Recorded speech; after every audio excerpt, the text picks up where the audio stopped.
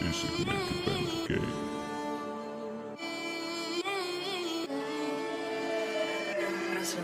میری تاوید خره مشنر گاگا خره میری تاوید ماله اوگانی خده بال ماله میری تاوید خره مشنر گاگا خره میری تاوید ماله اوگانی خده بال ماله میری تاوید خره مشنر گاگا خره میری تاوید ماله اوگانی خده بال ماله میری تاوید خره مشنر گاگا خره میری تاوید ماله اوگانی خده بال ماله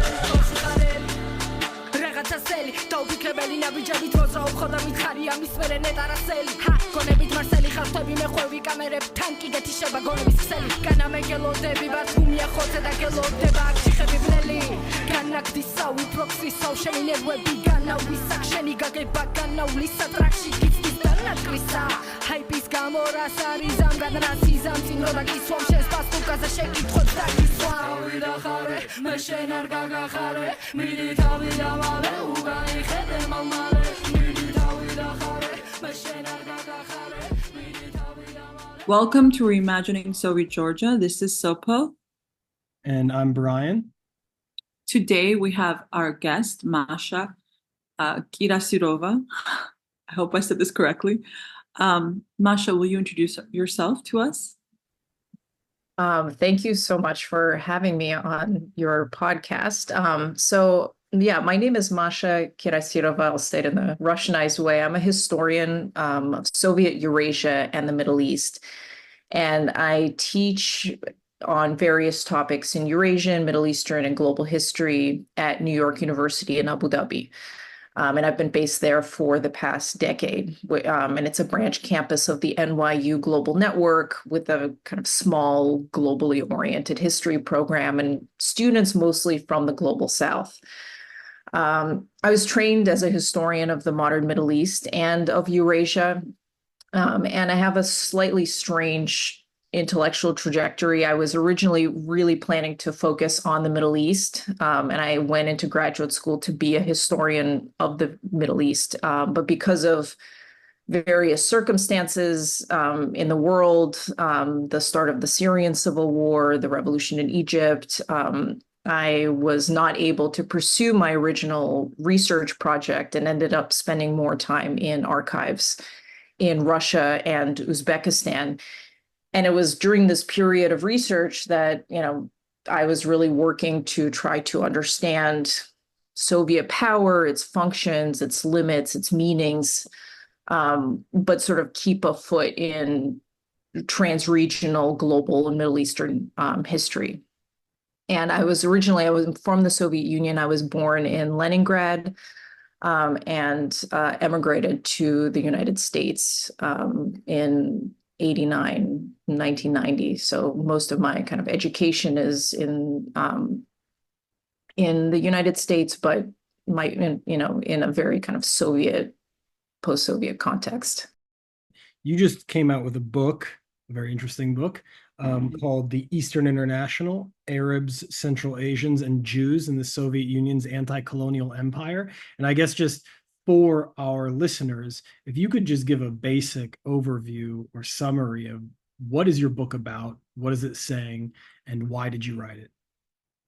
Sure. So the book is it's tracing cultural and political exchanges between Russia and the Middle East from the late imperial period, roughly through the Putin era, but with this focus on the Soviet period. And I guess critical to these exchanges, it argues, was the Russian and later Soviet conception of the East. This concept was really important, so much so that actually after overthrowing the provisional government in 1917, one of the first decrees that the Bolsheviks issued alongside decrees about peace on all fronts in World War I and the abolition of private ownership of land was the appeal to Muslims of Russia and the East to defend the revolution and its plenipotentiary government. So it was an instrument of state policy. It was a way to mobilize people. And in that sense, it was not just some abstraction that people studied or thought about. It actually became the foundation of a host of institutions that were targeting Eastern and later Afro-Asian people, parts of the world. And it could also be mobilized by various members of this, of these populations who could present themselves as Eastern. And I narrate the story through the experiences of intermediaries, Soviet Jews, Central Asians, Arabs, who moved through this world and tried to shape it. So some of the key protagonists are people like old Bolsheviks or Comintern officials, like Konstantin Troinovsky, who's the protagonist of the first chapter.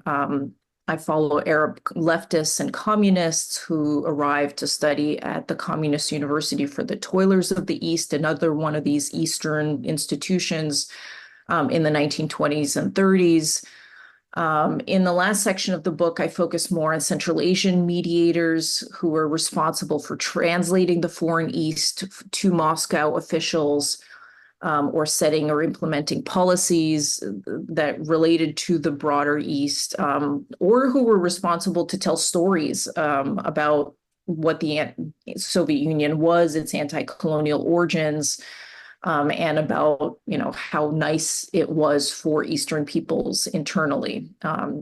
Like, for example, the filmmaker Melik Kayumov. So these are the main characters. And I guess the reason I had been in graduate school in the Middle Eastern history track. We had read a lot of critiques of Orientalism. We thought a lot about the Eurocentrism of various historical fields, including Middle Eastern studies historically. But I noticed that when I was at least studying Russian history or Soviet history, there wasn't nearly the same level of sensitivity or reflection about using kind of Eurocentric, or Orientalist tropes.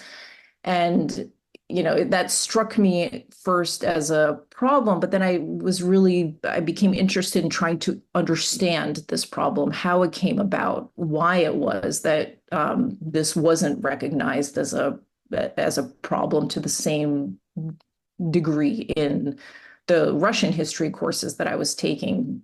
And so the dissertation and then later the book came out of trying to understand the origins of this intellectually, sort of as intellectual history, but also as a political history. Like, what were the actual power dynamics, international relations, Soviet political dynamics that helped to produce these distortions, these silences, and also, of course, in area studies and the American Academy as well.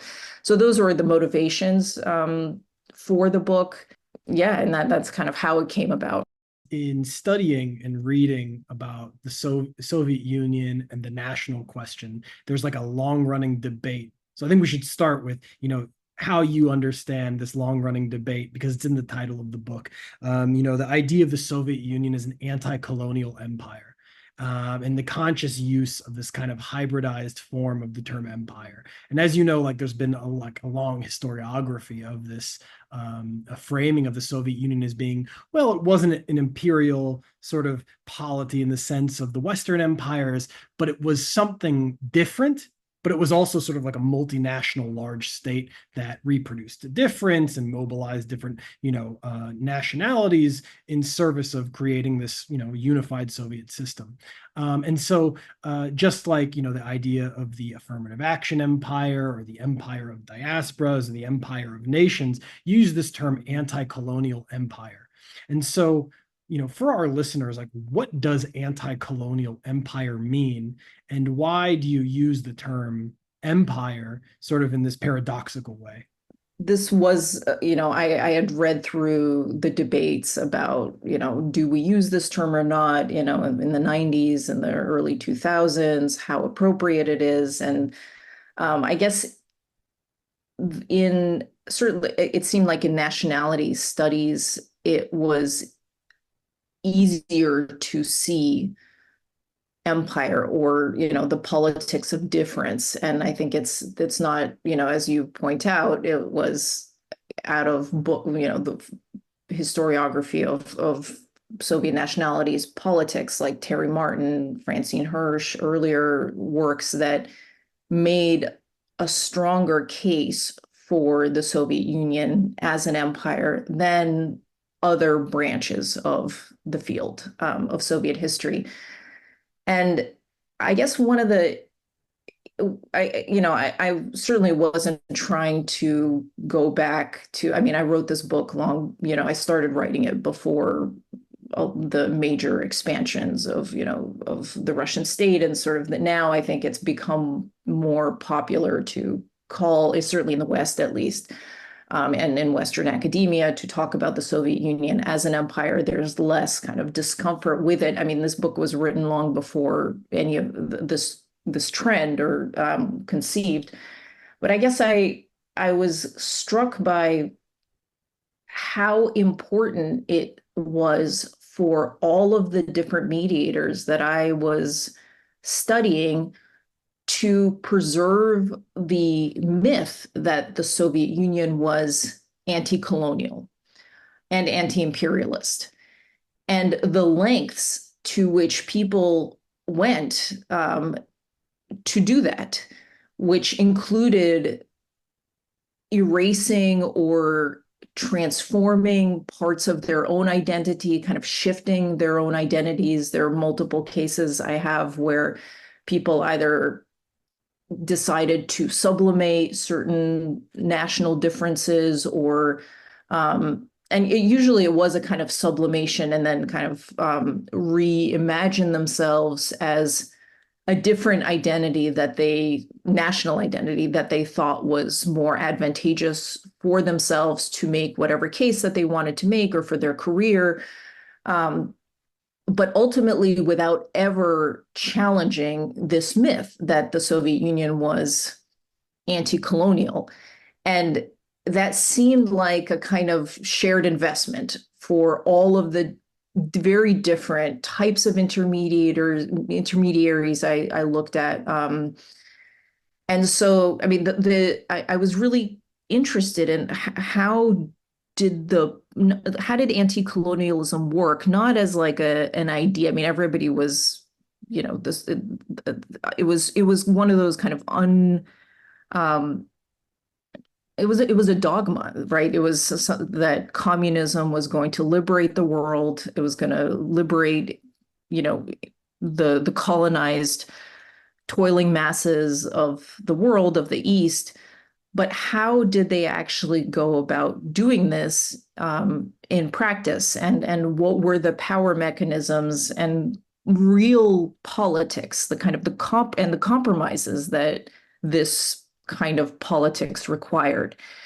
And in looking at that kind of with under a microscope, and looking at the kind of dynamics between students and teachers, between various party apparatchiks and their superiors or subordinates, I saw, it was a real open, blatant politics of difference, where people would certainly emphasize aspects of their identity and use their Easternness, this kind of this very artificial Orientalist Soviet, concept of the East.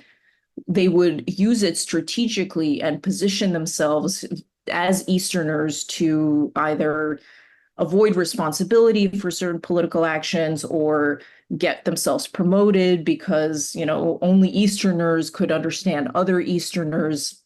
And there was a kind of claim to expertise and a useful kind of knowledge.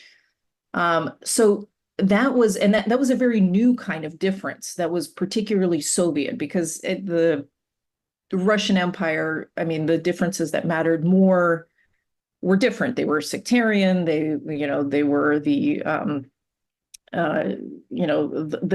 type of group that you belong to, by profession or rank, or they didn't have this, oh, you are an Easterner, or certainly not as something that people could claim or mobilize in the way that I saw these intermediaries doing it. And so it was a kind of reimagining of older imperial differences or kind of grafting them onto this new Soviet politics and seeing how people used it in practice. And it was, sometimes these differences mattered and were emphasized, other times they were sublimated or kind of hidden. But they always mattered, and they always mattered, for people's careers, but also ultimately for protecting the Soviet Union from claims by Western politicians or scholars and later Chinese and other, kind of ideologically hostile elements who claimed that, no, this was an empire, that was colonial, was like European powers. And I think in that process, that is where we get a lot of the distortions in the field, like the actual epistemological ones, because this is why Said doesn't really talk about Russia very much, right? Because it was the practice of concealing whatever commonalities there were between the Soviet Union and other European states. There was so much investment in it that, for example, like Arab Marxists ended up not talking about it. And so the people that Said ends up citing also are reproducing these silences, that this investment in protecting the anti-colonial legitimacy of the Soviet Union by people domestically, by leftists abroad, actually had a real intellectual legacy and still does. And it has shaped how we think about the 20th century, right? So this is why I chose this anti-colonial empires, this, paradoxical idea to draw attention to that and to draw attention to the complexity actually of the politics of these interactions and these efforts to preserve this myth that this was an anti-colonial state. Okay, so if I understand correctly, within the Soviet Union, people would accentuate their difference as a way to get certain political posts, sort of move up or shirk responsibility, right? They used like what was sort of during the Russian imperial stage, the differences that were there that were then taken and then given a new life and used sort of as an affirmative action kind of way. Is that, do I understand this correctly? Yeah, so I think the affirmative action logic of the state definitely played a big role, and people claimed, positions or, and by claiming that you were Eastern, and especially if you happened to be foreign, you had even more kind of leniency, for example, to not understand a policy or to claim, oh, I didn't actually know what I was talking about. I'm so backward. I'm just learning. You need to enlighten me. These were strategies that people had available to them that they used in the cases that I'm looking at successfully, that they mobilized these differences. And obviously there were so many different kinds of differences. I'm talking about this sort of Eastern, this backwardness idea, but there were many others, gendered ones, nationalities, national ones. Not all of them were useful to people, but they were, for the most part, they did their best with what they had. Let's say, what were the legitimate attempts to be anti-colonial, and what you seem to also speak of, or just sort of reproducing some sort of strange configurations that were just then being opportunistically used. So what were some legitimate aspects of anti-colonialism? Were they any? I'm not trying to say that these were illegitimate. I don't think I think anti-colonialism or decolonization was an incredibly messy, violent process all over the world where, and with a lot of silences around, what was actually happening. So I don't want to say that, oh, okay, like the Soviet Union was, for example, supporting Arab states that were killing communists and other opposition leaders, was that legitimate or illegitimate? I mean, it kind of depends on who you ask, right? Like there were victims of these processes that were killed in prison for them it was a betrayal, or it led to disillusionment.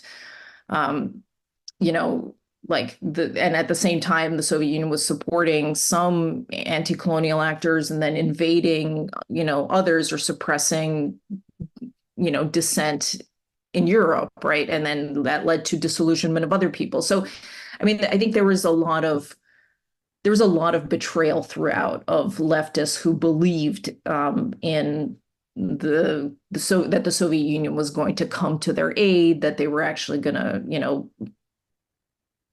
support these positions with the military, with money, more than they did. So it's not about like this, I guess I'm not trying to say that it's illegitimate. I'm just trying to say that it was constructed and continued to be constructed throughout this period of history. And this construction required people to make real sacrifices that were both in political sacrifices, sort of modify their positions and be careful politically, but sometimes also like led to sacrifices of their lives and livelihoods. Your book, at least at the beginning, kind of frames these discussions around like nationality policy and the development of a kind of anti-colonial politics in the USSR as kind of being in some ways like an outgrowth of, at some point you referenced the like failure of the Wilsonian moment, like the end of World War I, and the emergence of this kind of global decolonizing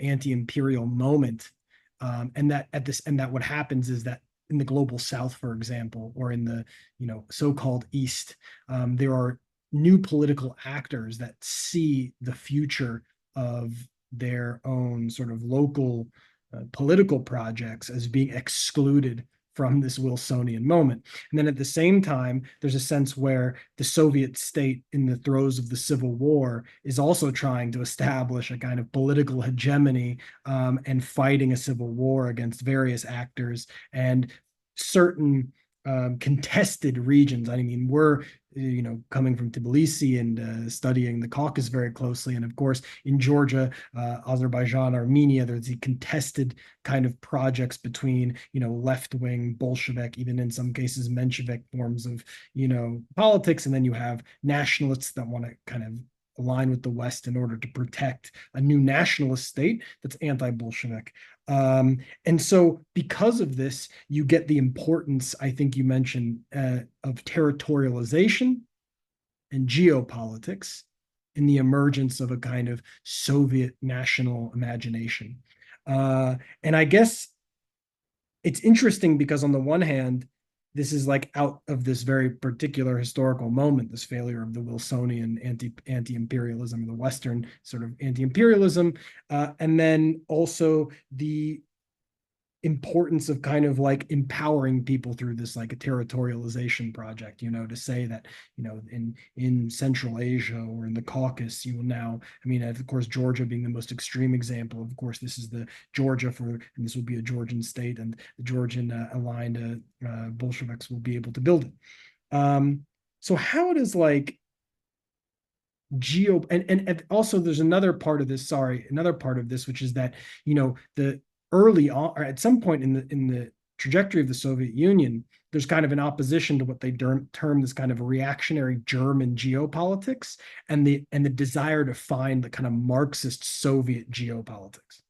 And so I guess I'm curious, like how do geopolitics and kind of territorialization play into the Soviet anti-colonial imagination? And why do you think that is both long-lasting and important in sort of investigating this history?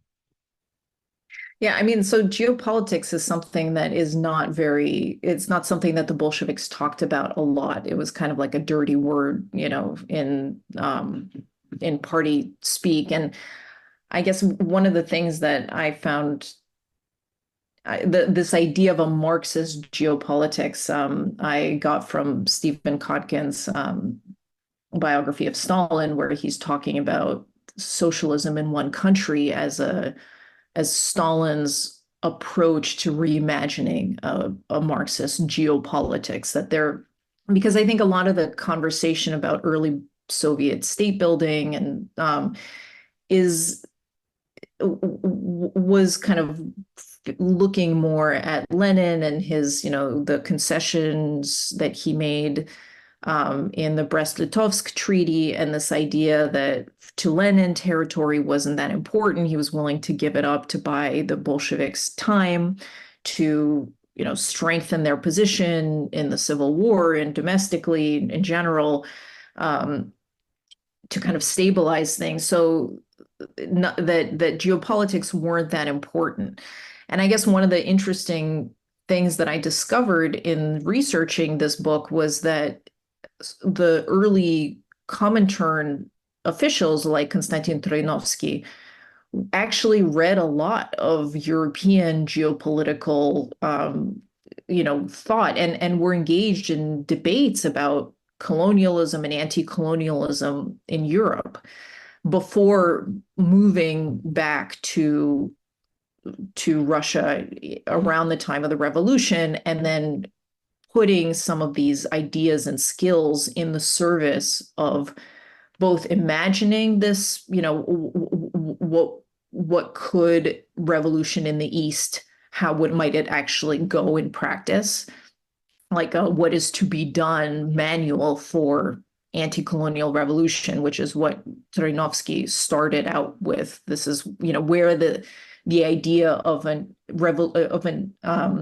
Eastern International comes from. He was the one that coined this term in one of these tracts that he wrote in 1918.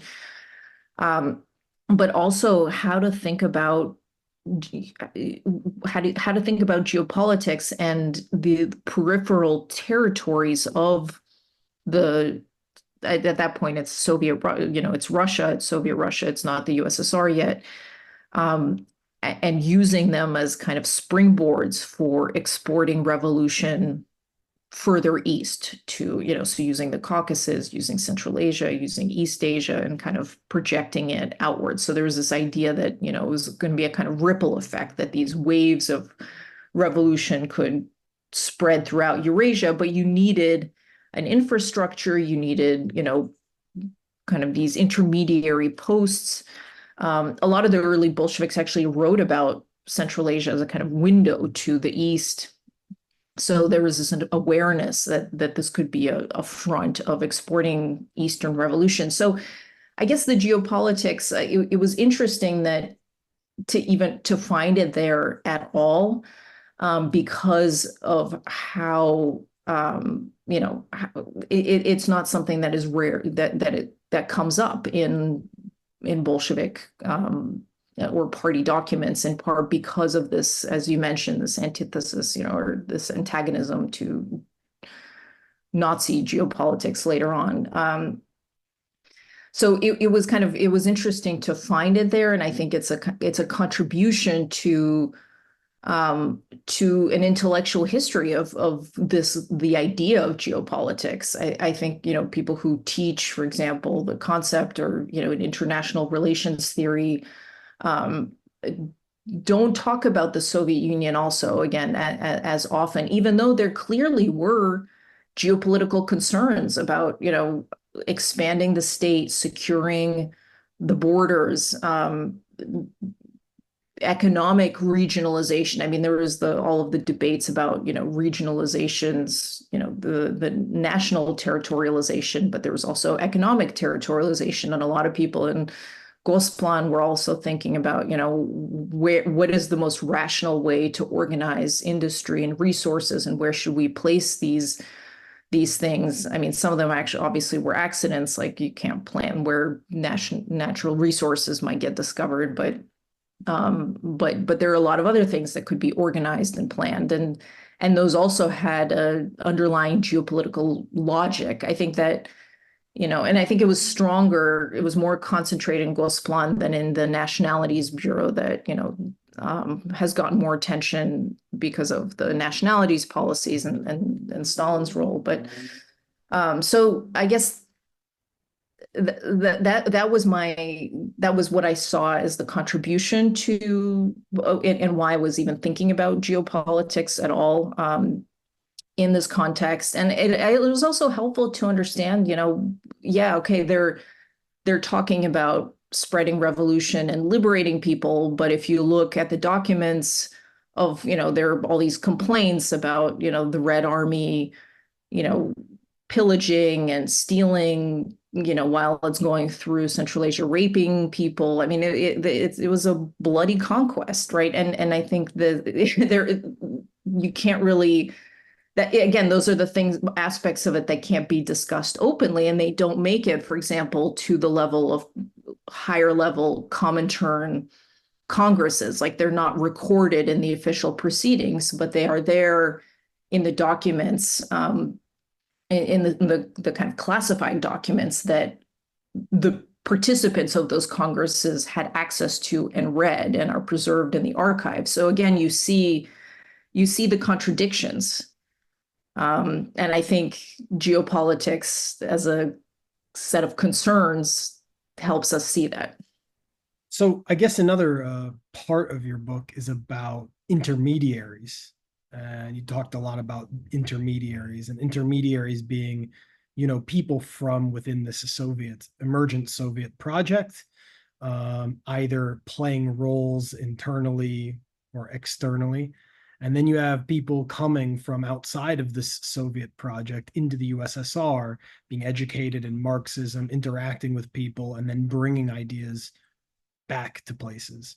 And of course, there are many different examples that you use to talk about this. Obviously, being again here a podcast that's largely about Georgia, or at least we keep our eye towards Georgia. I love that you mentioned that in the expansion of Soviet power into what is called Turkestan, which will then be turned into different republics in Central Asia, that the Georgian old Bolshevik Shalva Eliava is leading actually the mission in Turkestan. I love that, there's this kind of like, you see some of these Georgian old Bolsheviks having roles outside of Georgia.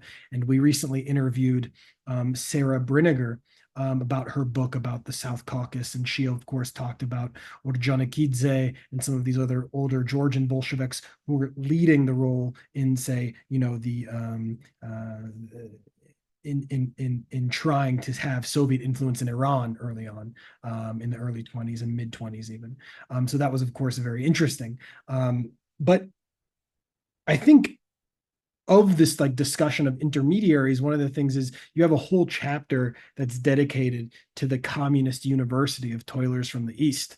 And you talk about basically people, different individuals, people who had been involved in these like sort of early Soviet Orientalists who are there trying to train cadre to kind of go back to, especially places in the Middle East, found and mobilize communist parties, and the experiences that these communists have in Moscow, and that the way that, various non-Russian kind of like theorists, political actors are helping those communists understand the national issue, understand anti-colonial politics, and of course, like bring those back. So like, I guess for our listeners, tell us a little bit about this Communist University of the Toilers of the East, and why was it important, and what did, maybe for our purposes, communists from outside of the Soviet Union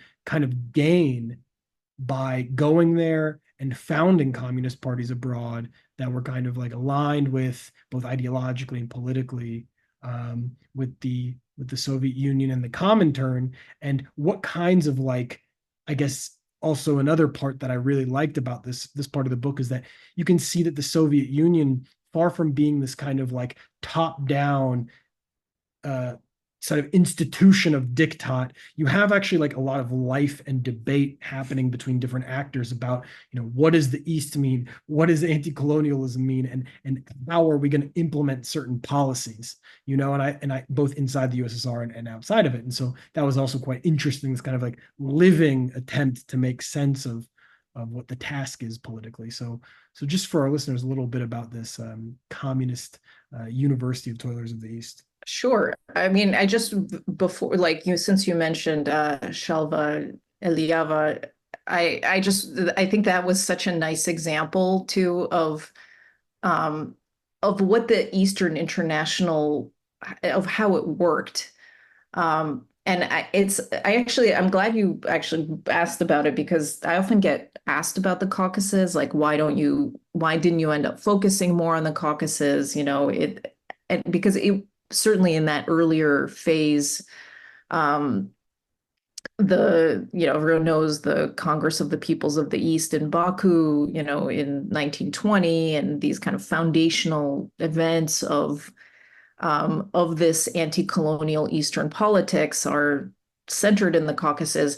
And I guess there was such an interesting story just around that whole the Turk Commission in Turkestan, because this was his experience before he moves to Georgia, right, and becomes the first secretary. And it's this, he gets to see firsthand how messy it is, right?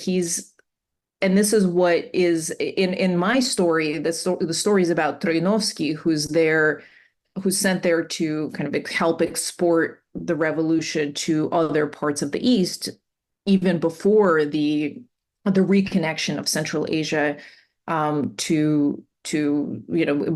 before the railroad is working, and he is instrumental, Eliava and the Turk Commission, in tipping the scale in the struggle between Troinovsky, my protagonist, who's a kind of a less important figure, and the region's plenipotentiary commissar, Pyotr Kabozov, who's because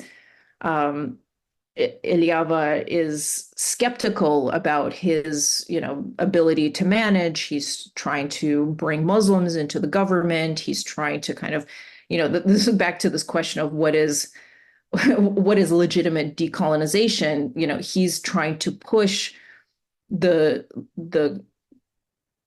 for example, the Tashkent city council, which is resisting to having too many Muslim voices, to actually listen to them more, to include more Muslims in the council. So there's a lot of, pushback against it.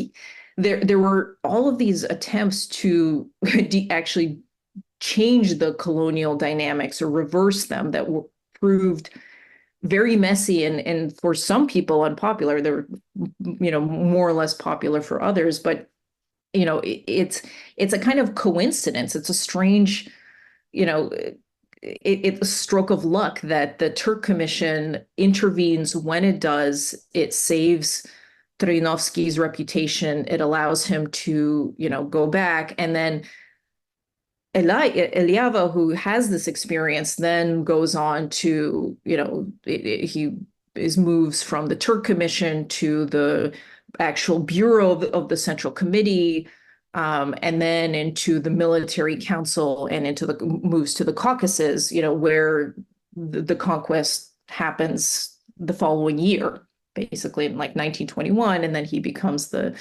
leader. So you see the fluidity, because he was not the only one. A lot of these guys actually moved between Turkestan and the Caucasus in this early period. Troinovsky, I found, was also there in Baku at the Congress of People's Liberation for the East, but he was sick, so he didn't make it into any of the proceedings. He was, in some sanitarium recovering, but it was other people that did. So there are a lot of these contingent, messy political coincidences that, are important. They're more important for individual fates. But I think they're also important for determining the course of the Civil War and who gets to conquer what. and when power gets consolidated and in whose hands. And I see, the Communist University for the Toilers of the East as a microcosm of these politics. It's one institution with, the number of foreigners in there are, I think it's around 500 or 600, sometimes 700 people. There's also a domestic Eastern contingent, although I think over time the number of domestic Easterners being prepared for party work gets smaller and gets outsourced more to the places, like as a school in Tashkent that's established. There are other places like that, but you get to see these politics not as a set of decrees or the higher level party, the Congress transcripts, but as a lived experience of people, writing denunciations against one another, having affairs, getting their girlfriends pregnant and their girlfriends, complaining that they're not being treated well enough, or there's a domestic violence cases that everyone gets involved in, and then there are these questions of like, well, does it mean to be a good Bolshevik? Like, does it mean that you're not allowed to beat your girlfriend? Does it mean that you have to, get rid of the prayer rug that you smuggled in from your house, from wherever you came from? Does it mean that you can't be out drinking and, engaging in like debaucherous parties? Sometimes it's okay, sometimes it's not okay. It depends on the circumstances, but you see the kind of layering of ideological and personal politics, and you see in real time how people are interpreting the higher level directives that we know best from Stalin's papers, from Lenin's papers, from the published Congress decrees. We see people actually arguing about, what does this mean? How do we translate this, right? Because this was also an important place for translating a lot of these decrees into Arabic, Turkish, Persian languages. And this was done sometimes communally. I mean, sometimes this was done by Soviet Orientalists, but not always. There was always a lot more demand for translating. There was always this, problem that kept coming up. We don't have enough propaganda material in the original languages, or it's not good enough, or we need to produce better versions of it. And you see people collaborating and arguing about how to translate this and how to translate revolution and sell it to people in the most effective and persuasive ways. And I think the university really allows us to see that, to see kind of the paradoxical nature of the Sovietization and what it meant for different people at different times before and after the purges heat up, and the kind of the start of the first 5-year plan and the terror as people start denouncing one another more in the 1930s. That it really changes the atmosphere. So you see also these macro politics that, macro changes both in the Soviet context and also in global politics, as the situation in the Middle East is becoming more tense after 1929, around interpretation of violent protests in Palestine. You see people actually taking greater risks with their fates, with their education, their lives, to fight for it in that context and in the Comintern, to try to persuade others that their interpretation of global events is more accurate than their colleagues or even sometimes their teachers. So that's, and so the university for me is interesting for those reasons, but it's also important because it just, it is there's so many famous revolutionaries and poets. I mean, Nazim Hikmet, Khalid Bagdash, Ho Chi Minh. I mean, they have this list of who's who of global, communist and anti-colonial, revolutionary elites that went to this place. So it's also, I think, important to understand this institution as something that shaped, the youth of these people, and what it is that they kind of take away with them moving forward in their careers.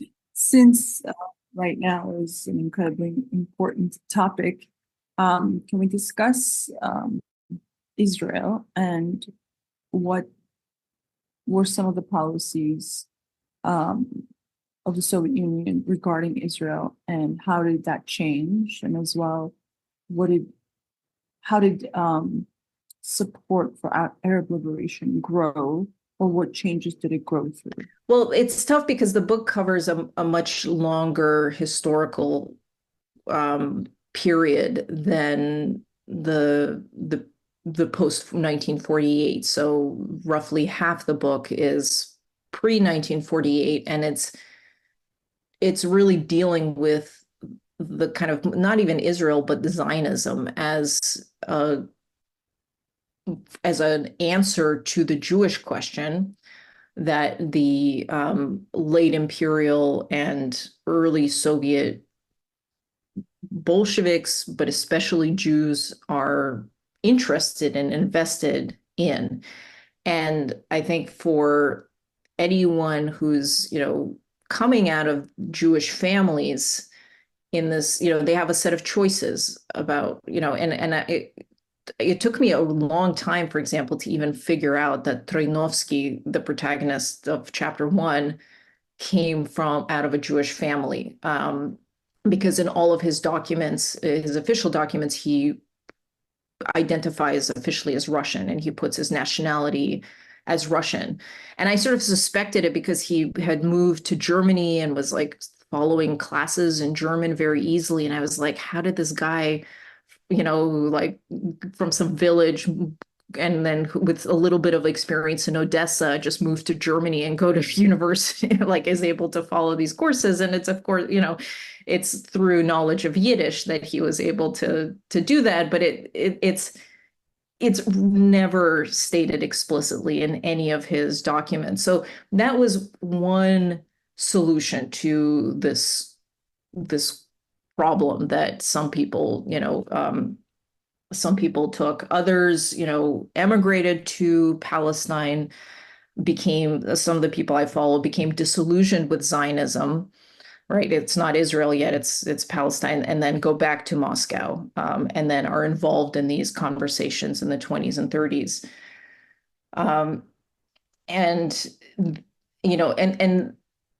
And they see this as really key. I mean, the state does not yet exist, but there's the question of Zionist immigration into Israel. There's the kind of economic consequences of Zionists buying up land in Palestine, and what this does to the regional economy, especially in the 30s, when there's the global recession, means that there is relative impoverishment of peasant communities in the surrounding regions in Lebanon and Syria and Palestine, and how people understand that, right? So there's a kind of long prehistory of these politics before the Soviet Union officially comes out in support for partition of Palestine and recognizes Israel as a state. And it, in part, I think, helps explain why, they did that. I mean, there are several explanations. There's the kind of desire to stick it to the British and to support an anti-colonial cause. There's this hope, though, that the local population will actually embrace Marxism or be closer to, to the Soviet side of things than they actually, turn out to be. There's a miscalculation by Stalin. And this continues, the politics that of the 20s and 30s and about, Jews emigrating from Russia and the Soviet Union continues to haunt Soviet-Israeli relations in the post-1948 period. I mean, I think it was Golda Meir brings up the issue of Jewish immigration, after 48, early, and then there are just a lot of ups and downs in terms of how the Soviet statesmen and end up treating Jews. There's the doctor's plot and the anti-cosmopolitanism campaigns in the Stalin period, and there are periods of kind of less persecution followed by more persecution, right? So it's a really complicated history that is considered more in more detail in the book itself.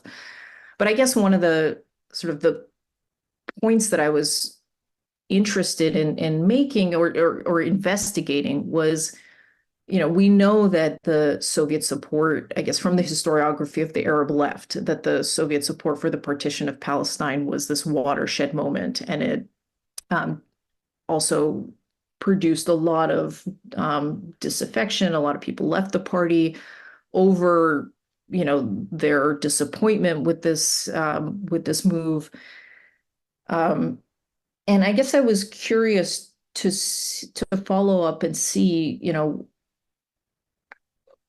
how did this actually play out? Because the parties did not dissolve over, around 1948. I mean, in some cases they were, but by, decree of revolutionary Arab regimes, that, and with the threat of extreme force behind it that actually led them to either merge with other parties or dissolve.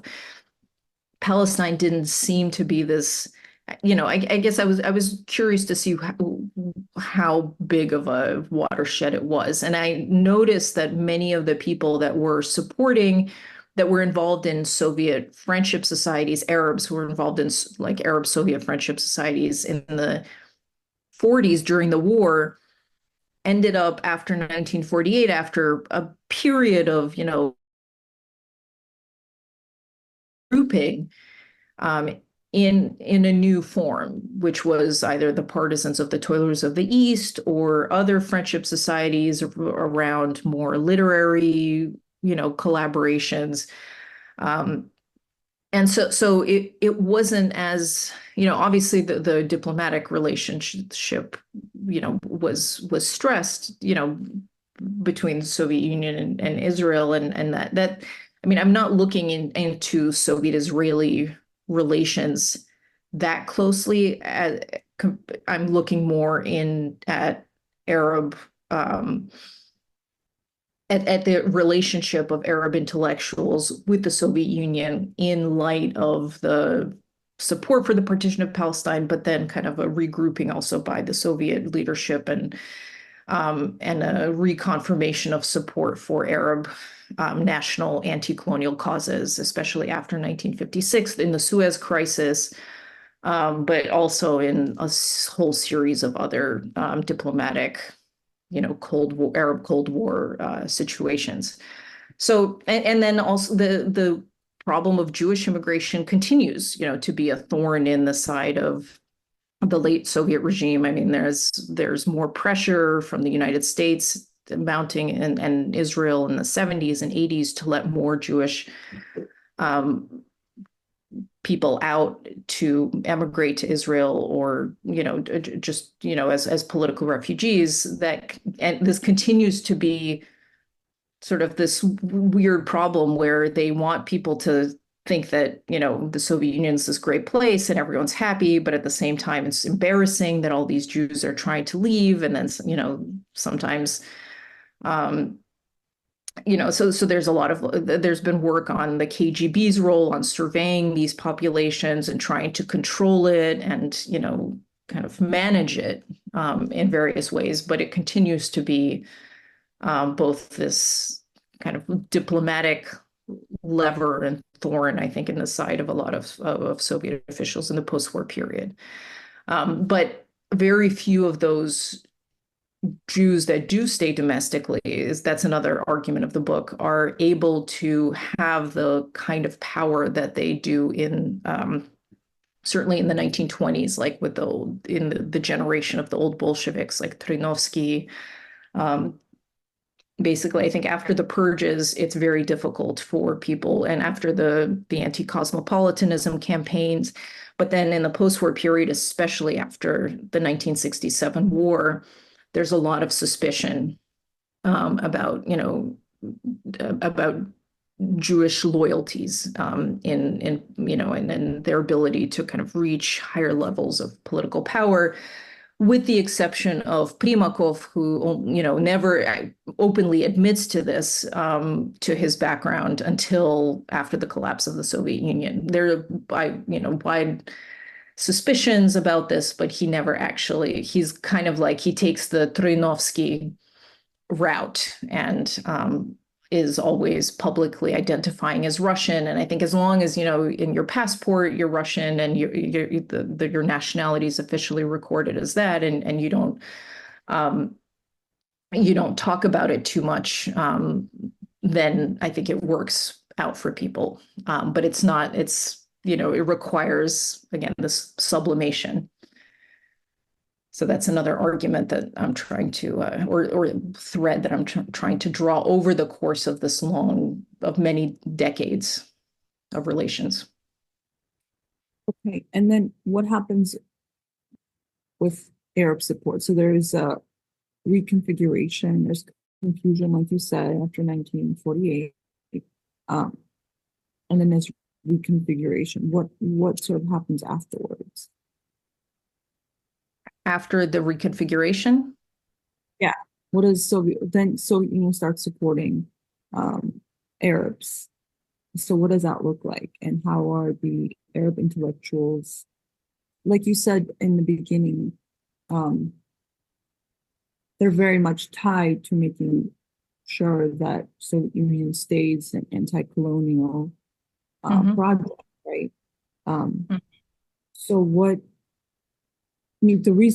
for me, it's like hearing from you is there's a reason why all these people want Soviet Union to be an anti-colonial project, right? Because it is definitely a huge force to be reckoned with, and you wanted to keep a certain ideology of it, of course, because it will support, and it does support anti-colonial struggles, So I guess I'm just wondering if you can expand on the Arab intellectuals and Arab Marxists and the Soviet Union.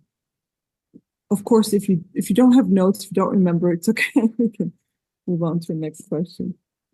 Well, I don't have notes, but I mean, I could speak to it for sure. I guess part of the challenge is that it gets really, as these states are becoming independent, as there's decolonization and with the emergence of revolutionary Arab regimes like Nasser, for example, and there's a whole series of leaders in Syria and Iraq, right? There are a lot of it's less stable, but it becomes a lot more complicated because there's the relationship that the Soviet Union is trying to maintain with the Arab intellectuals, which was really important in the kind of late 40s, early 50s, when these regimes were quite weak. Right before Nasser consolidates as much power as he does and becomes as powerful, and starts to control cultural production in domestically controlled journalism, introduces censorship, right? There's a period where intellectuals are really kind of the Soviet Union sees them as this is like our main investment. I think after in the late 50s and 60s, they start to be more interested in bilateral relations with states, but state-to-state relations, right? They are investing in the Aswan Dam. They have other projects that they're sponsoring to keep bilateral relations strong.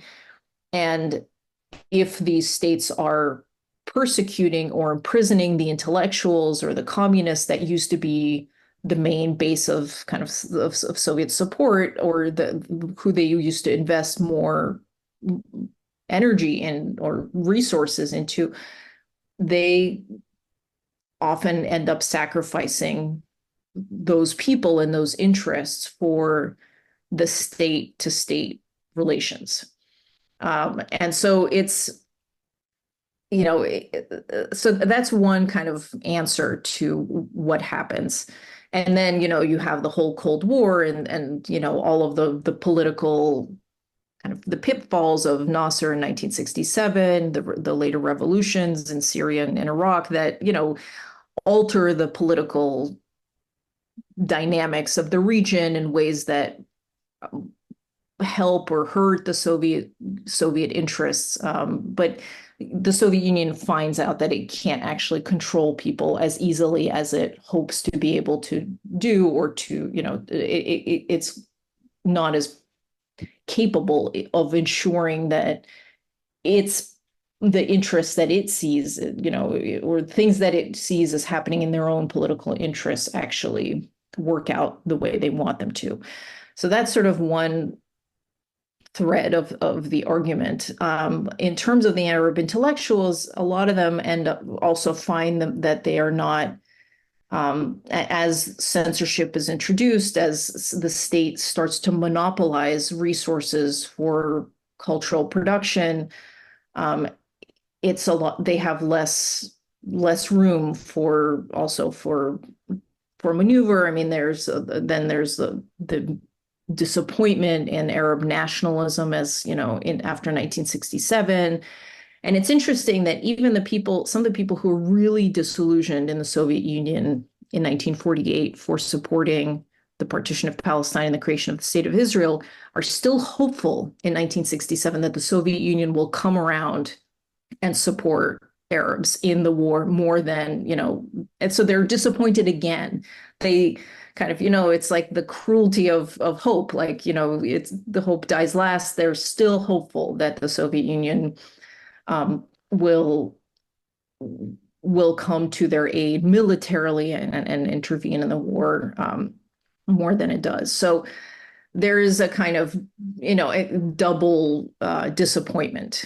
And then there's a lot written about the kind of, the crisis of the Arab intellectual after 1967, and, the sort of people go to a much darker place. But the Soviet Union continues to invite them still for writers' congresses. I mean, it keeps up it's interesting that the cultural connections and contacts that are institutionalized in 1925 in the Union for Cultural Cooperation with the Abroad continues. That institution, it's renamed in 1958, but it really continues until 1992. So that apparatus of cultural diplomacy is in place. And, it starts to branch out. It's collaborating more with various Afro-Asian solidarity committees, with the Partisans of Peace committees. I mean, they're more in the late 50s and 60s, there are more pockets of money for the Soviet Union to draw on to support different kinds of intellectuals that either want to come to study in the Soviet Union, or, that are writing, that they just see as sympathetic. So those relationships persist, but it becomes a lot more complicated for those writers, and for Soviet officials to kind of balance, because these interests are often at odds with one another, of the leftists, the communist writers, intellectuals, and then the revolutionary statesmen that they usually, in most cases, ultimately prioritize. So, you know, it continues to be messy, the sort of Soviet Arab, solidarity, friendship, like Cold War alliance. It continues to have, if you look under the lid, there are just a lot of contradictions. And one of the things I'm interested in is exposing them and showing actually how they were managed. But I think you're right that this idea of the Soviet Union as a potential future, as an alternative modernity, as a kind of beacon of hope, people want to keep it, and they go to great lengths to protect it such that in 1991, when it all falls apart, there is yet another disappointment, right? There people are kind of in shock and can't believe it's over, and that after all of these smaller disappointments and reconfigurations, that there's still something to lose in 1991. There's also a part of your book that deals with a topic very close to our hearts and something that we address constantly on this podcast, which is memory politics, and especially post-Soviet memory politics.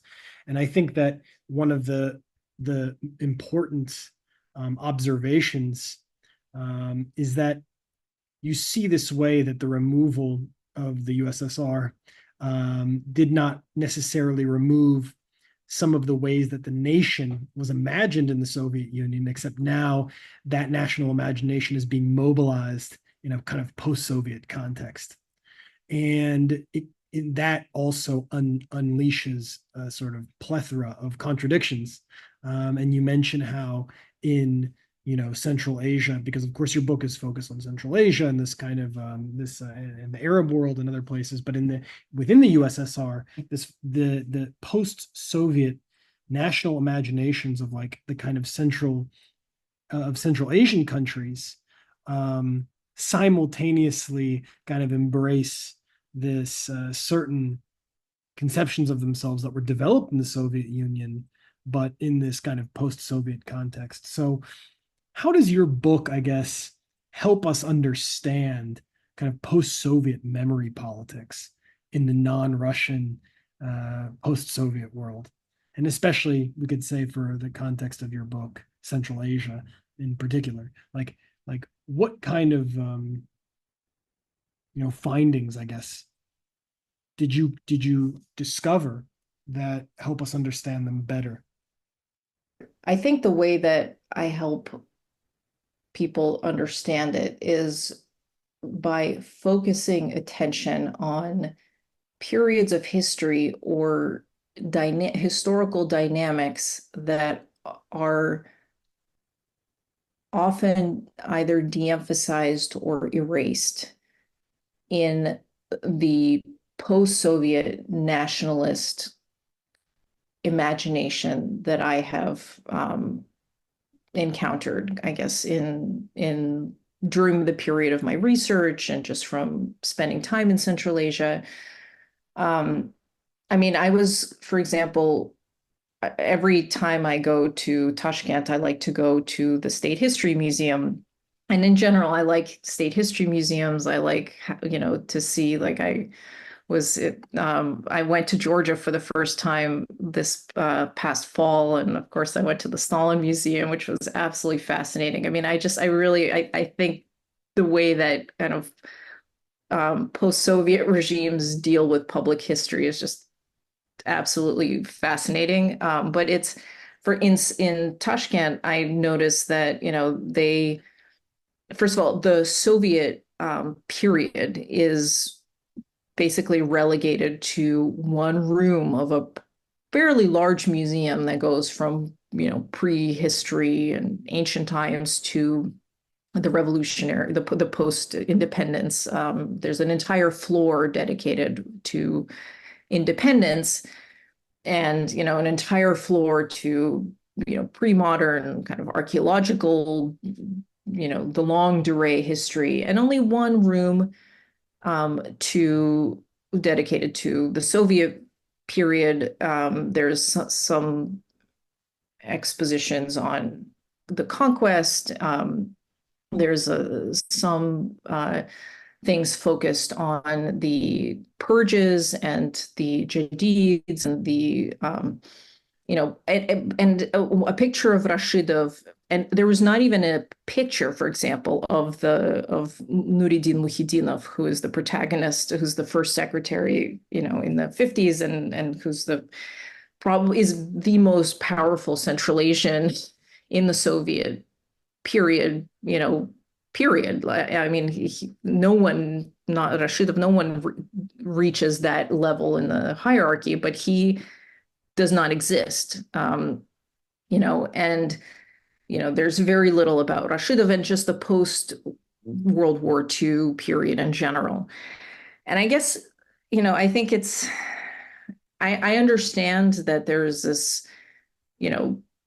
interest in thinking about post-colonialism, especially now.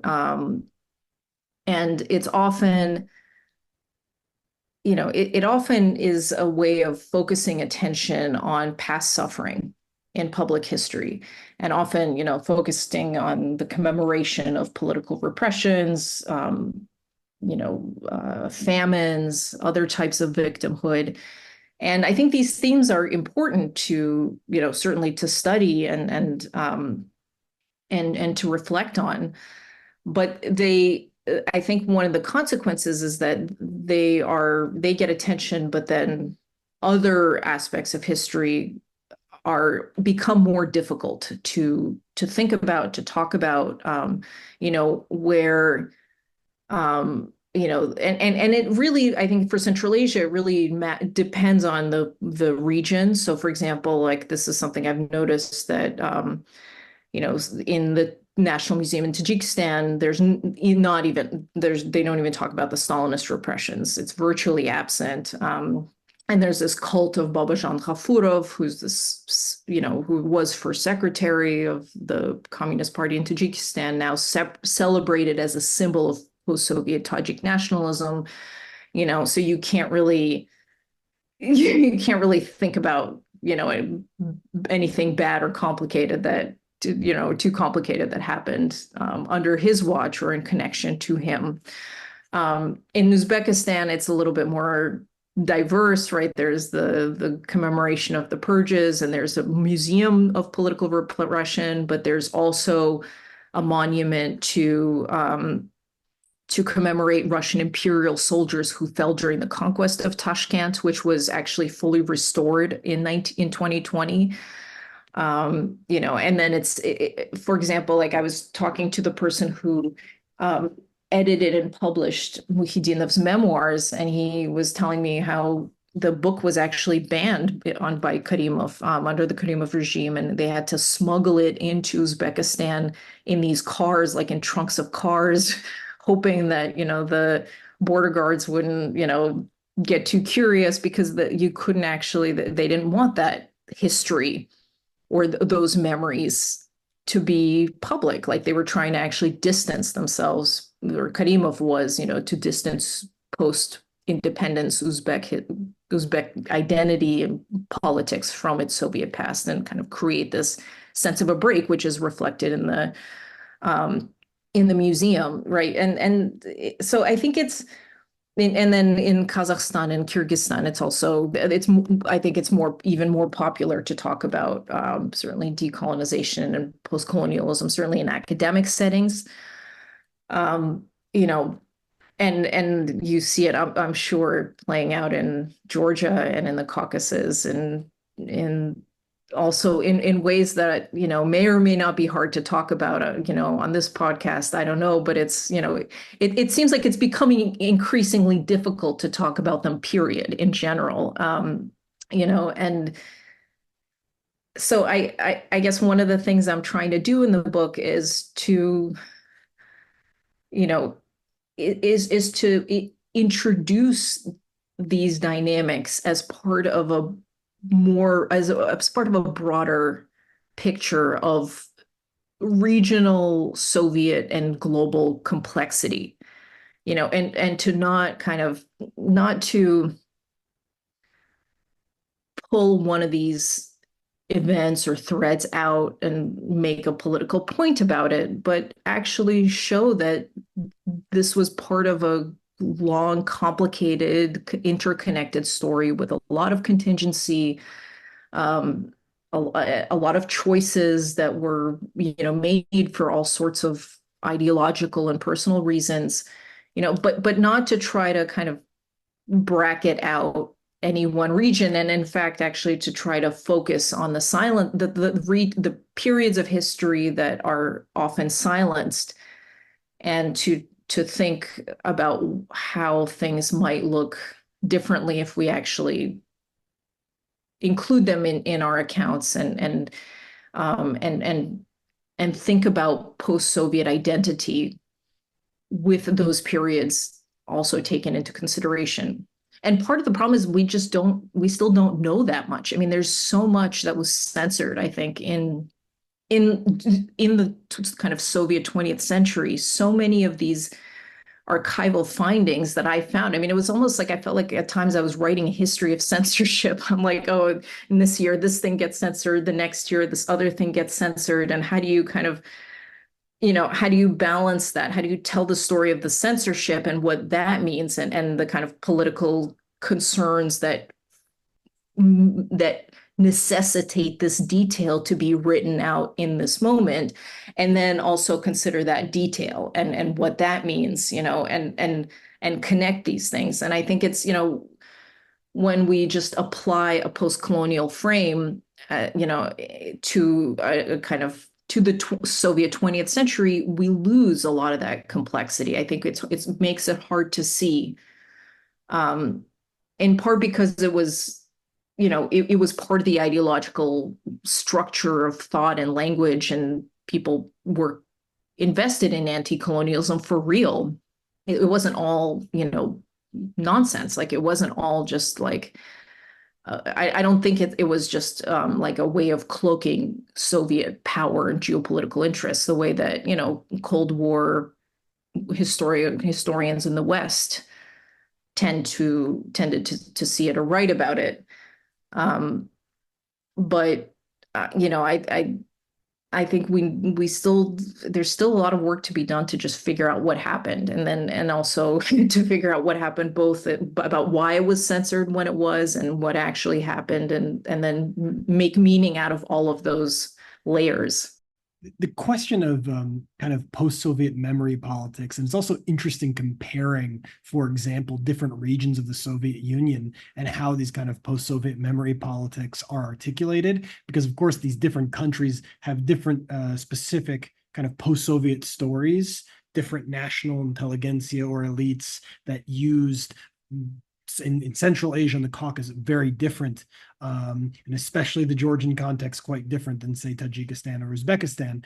And but there is something kind of interesting shared, which is the use of certain ideas about national development in the Soviet period without the ability politically to accept the fact that the nation was built in the Soviet period.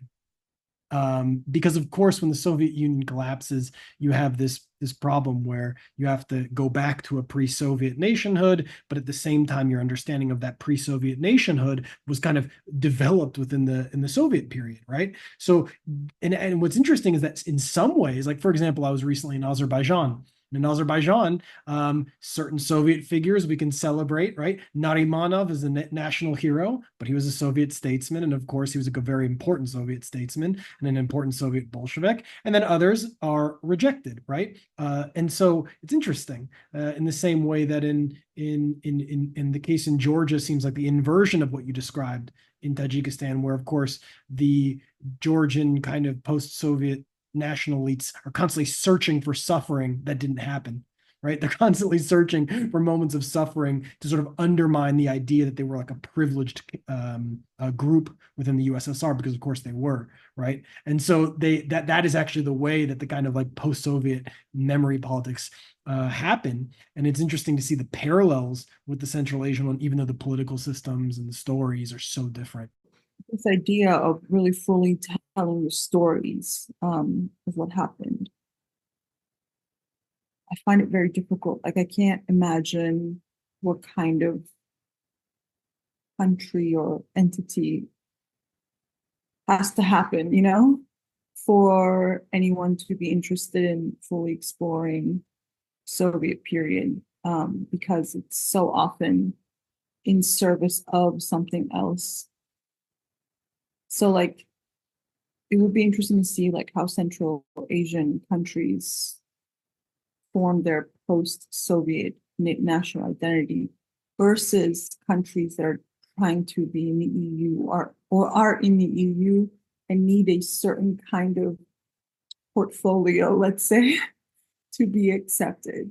And so that would be actually fascinating, this kind of, those kinds of differences, you know, what are they in the service of? And because we know, because there's lots of also funds coming in from the EU and the US to write a certain kind of history in the countries that are in the sort of sphere of influence, as opposed to Central Asia, which is very much out of, not really, well, actually right now, because of the war with China, it's now increasing. So we'll see what kind of money goes there and so on.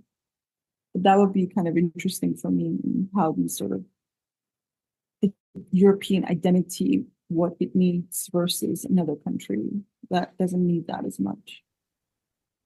I mean, if a lot of European states are also grappling with their own, the legacies of empire to, you know, mixed results, but there's certainly a lot of historiography, like in the UK, about the British Empire and what it meant and all of its complexity. And, you know, there's a lot of imperial history and thinking that it happens in, you know, both in European contexts and also in the former colonies of Europe. So hopefully that, you know, that will lead to the ability to ask, you know, more questions. You know, when the Soviet Union collapsed, of course, there was this almost formal recognition in the West that the Russian Federation was the inheritor of the Soviet past. And in some sense, you had this weird way where post-Soviet elites, depending on their geopolitical sort of purview or orientation, would make decisions about how they could or could not engage with that Soviet past. So, for example, in Kyrgyzstan, they had a very different kind of way of deciding to relate to the meaning of the Soviet past than the kind of post-Soviet Georgian elites, who were trying to, like, you know, jockey a position of asserting the difference to sort of new Western patrons about, you know, Georgian and Russian difference. And then the Soviet memory becomes much more difficult politically to assert as of something your nation owns, participated in, had agency in, built, and structured. But the Georgian case becomes extra complicated because of the Stalin question and the privileged status of Georgian nationality. And I think that in the post-Soviet period, the pressure to disremember structural amnesia of the Soviet period for political reasons have made any kind of rational discussions about Stalin, the Soviet past, much more difficult. I can imagine. Yeah. And I think like this idea that Europeans are grappling with colonialism, I think not quite what it's happening, because at the level of EU spaces and European spaces, they're really only condemning the Soviet Union and Nazism, but, you know, that's like equalizing it and then having, you know, memorial days and so on. They're not really doing that with European colonialism, which is, I mean, they are at the academic level, like they're doing it in books, but I mean, not, politically, no, not in public history. I mean, I think you're right, but yeah, there's definitely like in academia, but it's not quite. That's what I was talking about. Yeah, no, I agree with you. The political spaces are really just all about the Soviet Union being horrible, and that's all you hear, and all these memorials and all these, you know, remembrance days and so on, and a lot of effort is put towards somehow the 70 years being worse than 500 years of colonialism and ongoing. So I'm not sure if there's a lot of hope in that personally, but მეც მოვალი იქ არის შენი მორალი პრინციპიც რო თან მოვკალი არმადი სავაჟ მონტალი სხვადასხვა ემოცია მოტანი შენი ბეიბი ხოძე ორალი აბნენდე მიუწდომელი დამახიე გენგში სიმართლე დაძმობა ბიჭო გენში ხასიათი რო ვედაბინახე ბეუში მაგითო ჩავაგდე სარქმელი დღეში ამ გადაღებიდან ჩაწერებში ყველგან ვარ მე ზამი ჩვენში დარჩეს დალშეც მოусმინებოდ მივხვდებიდან არჩენს ჰულა ჰუპს ბიც ვატრიალებ როგორც ჰულა ჰუპს აქედან ძვებ სალამი ჰოლა ჰოდ ჩემი სტილი ბრათა სულ არ true ჰოლა ჰოდ ჩემთან სულ წვავს გორაც რუს მალე მოიტანს გორა ბომბს და მალე მოიტანს გორა ბუმს მე იმას არ ვაღიარებ ვინც ამბობს რომ ფერებს არ ვაღიარებ როცა მტკივავებ ვზნობ არ ვღიალებ მაგრამ სიბოროტეს გავაყიარებო მე იმას არ ვაღიარებ ვინც ამბობს რომ ფერებს არ ვაღიარებ როცა მტკივავებ ვზნობ არ ვღიალებ მაგრამ სიბოროტეს გავაყიარებო მე შენ არ გაგახარე მიდი თავი დამალე